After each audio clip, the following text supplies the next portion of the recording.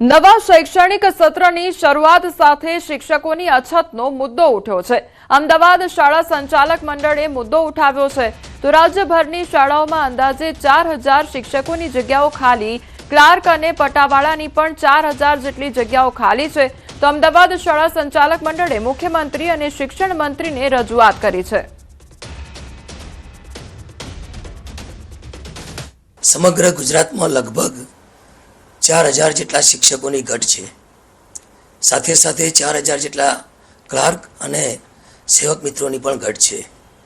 અમે માનનીય મુખ્યમંત્રી શ્રી તથા બંને શિક્ષણ મંત્રી શ્રીને ઈમેલ દ્વારા અને રૂબરૂ ટપાલ દ્વારા જાણ કરેલ છે। એમને જ્ઞાન સહાયકો રિન્યુ કરવા માટે પરમિશન આપી દીધેલી છે, પરંતુ હજી શિક્ષકોની ઘટ પૂર્ણ થઈ નથી। પુસ્તકોની અછતના મુદ્દે બોલ્યા શિક્ષણ મંત્રી અને 1 થી 8 ધોરણના પુસ્તકો મળી ગયા છે। બાકી પુસ્તકોના વિતરણની કામગીરી ચાલુ છે। જ્યાં બાકી છે ત્યાં ટૂંક સમયમાં મળી જશે તો ઓનલાઈન પુસ્તકો પણ ઉપલબ્ધ છે તેવી વાત કરવામાં આવી।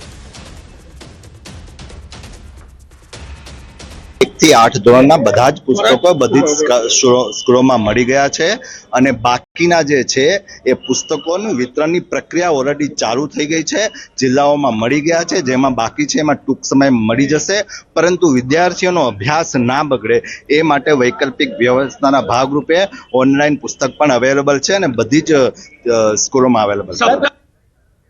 જૂનાગઢમાં સરકારી શાળાઓનું નવું શૈક્ષણિક સત્ર શરૂ થયાને 10 દિવસથી વધુ સમય વીતી ગયો હોવા છતાં વિદ્યાર્થીઓ માટેની ટ્રાન્સપોર્ટેશન સેવા શરૂ થઈ નથી। પરિણામે વાલીઓને રોજિંદા કામ ધંધામાંથી સમય કાઢીને બાળકોને શાળાએ મૂકવા લાવવા માટે જવું પડી રહ્યું છે, જ્યારે કેટલાક વિદ્યાર્થીઓ જીવના જોખમે પગપાળા શાળાએ જવા મજબૂર બન્યા છે। વાલીઓની રજૂઆતો બાદ જિલ્લા શિક્ષણ અધિકારીએ સ્પષ્ટતા કરી છે કે ધોરણ 1 થી 8ના આશરે 3827 વિદ્યાર્થીઓ માટે ટ્રાન્સપોર્ટેશનને મંજૂરી અપાઈ ગઈ છે અને આવતીકાલથી વાહનો શરૂ થશે। ત્યારે જો કે દર વર્ષે શૈક્ષણિક સત્ર શરૂ થતા પહેલા જ યોગ્ય આયોજન કેમ થતું નથી તે સવાલ પણ હજુ યથાવત છે। દર વર્ષે ગયા વર્ષે તો બસની સુવિધા હતી, આ વર્ષે ખબર નથી કેમ વેકેશન ચાલુ થયું, શાળાઓ ખુલી, વેકેશન પૂરું થયું, શાળાઓ ખુલી, હજી 8-10 દિવસ થયા, હજુ સુધી બસની સુવિધા ચાલુ કરવામાં આવી નથી। સરકારી શાળાની કોઈ પણની બસ સુવિધા ચાલુ નથી થઈ। જૂનાગઢમાં બાલવાટિકાથી લઈ અને ધોરણ 8 સુધીમાં અંદાજિત 3827 વિદ્યાર્થીઓ આનો લાભ લેનાર છે। આ તમામ વિદ્યાર્થીઓના ટ્રાન્સપોર્ટેશનની મંજૂરી આજરોજ સવારે અત્રેથી આપી દેવામાં આવેલ છે અને આવતીકાલથી તમામ આ બાળકોનું ટ્રાન્સપોર્ટેશન શરૂ થઈ જવાનું છે। જૂનાગઢ કોંગ્રેસમાં આંતરિક ભડકો સર્જાયો છે। જિલ્લા પ્રમુખ સામે લાગ્યા છે નાણાકીય આક્ષેપો તો ચૂંટણી ફંડના રૂપિયા ચાવ કર્યાના આરોપો લાગ્યા છે। જિલ્લા પ્રમુખ અમિત પટેલે અંગત ખાતામાં રાખ્યા પૈસા, ત્યારે કાર્યકર ધીરુભાઈ કુંભાણીએ પર્દાફાશ કર્યો છે।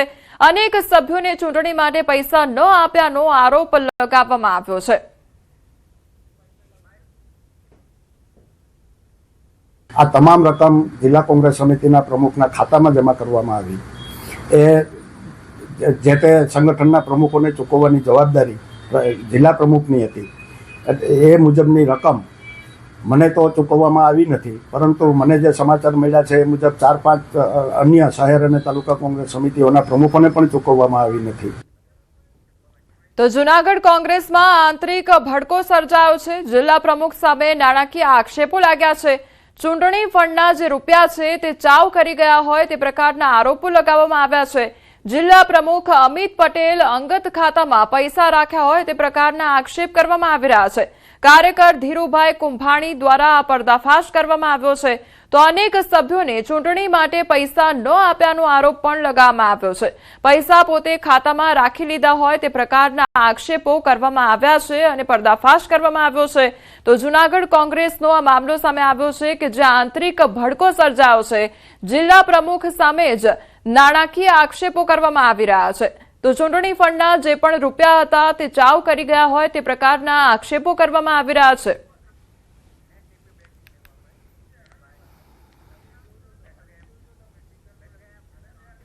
દિલ્હી કોળી સમાજના સંમેલન મુદ્દે જાહેરાત કરવામાં આવી છે તો કુંવરજી બાવળિયાની મોટી જાહેરાત સામે આવી છે। સમાજના હોદ્દા માટે ચૂંટણી નહીં લડવાની જાહેરાત કરવામાં આવી છે।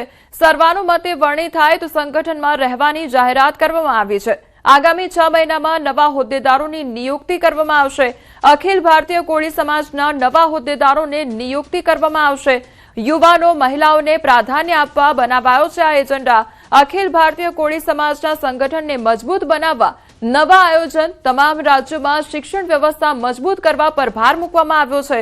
તો આગામી 3 મહિનામાં નવા સભ્યો જોડવા માટે ઓનલાઈન પોર્ટલ પણ શરૂ કરવામાં આવશે.